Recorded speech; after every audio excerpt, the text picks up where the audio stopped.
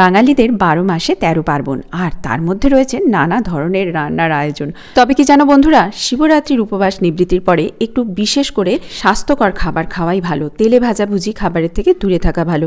আমি সাবুদানাটা সকাল থেকে ভিজিয়ে রেখেছিলাম, সন্ধ্যের দিকেই এটা সাধারণত বানিয়ে থাকি, আর প্রত্যেক বছরই বানিয়ে খেয়ে থাকি। সন্ধ্যেবেলা যখন পুজো নিবৃত্তি হলো তারপরে আমি এটা বানাচ্ছিলাম। ছোলার ডালটাও সারাদিন ভেজানো ছিল, পুরো নখ দিয়ে চাপ দিতেই কেটে গেল, আর সাবুদানাটাও পুরো নরম হয়ে ঘেটে যাচ্ছিল। দেখো, সর্ষে তেলের উপরে গোটা জিরে, শুকনো লঙ্কা, তেজপাতা ফোড়ন দিয়ে আলু কুচো দিলাম, 2টো আলু কেটে রেখেছিলাম, সেইটা আমি সাবুদানাটা জাস্ট জল ঝাড়াতে দিয়ে দিলাম। তারপরে সেটা একটু নেড়ে নিয়ে ছোলার ডালটা দিয়ে একটু নেড়ে নিয়ে দিলাম জল, আর নুন হলুদ পরিমাণ মতো দিয়ে চাপা দিয়ে রেখে দিলাম। জলটা কিন্তু খুবই সামান্য পরিমাণ দিতে হবে, বেশি দিলে এটা ঘাঁটা ঘাঁটা কাদা কাদা হয়ে যাবে। সাবু থেকেই জল বেরোয়। সর্বশেষ সাবুদানা আর টমেটোটা দিয়ে একটুক্ষণ চাপা রাখলাম। ব্যাস, রেডি করে ফেললাম আমার সুন্দর ঝরঝরে গরম গরম সাবুদানা খিচুড়ি। বিশেষ করে পরিবেশন করারও সময় পাইনি।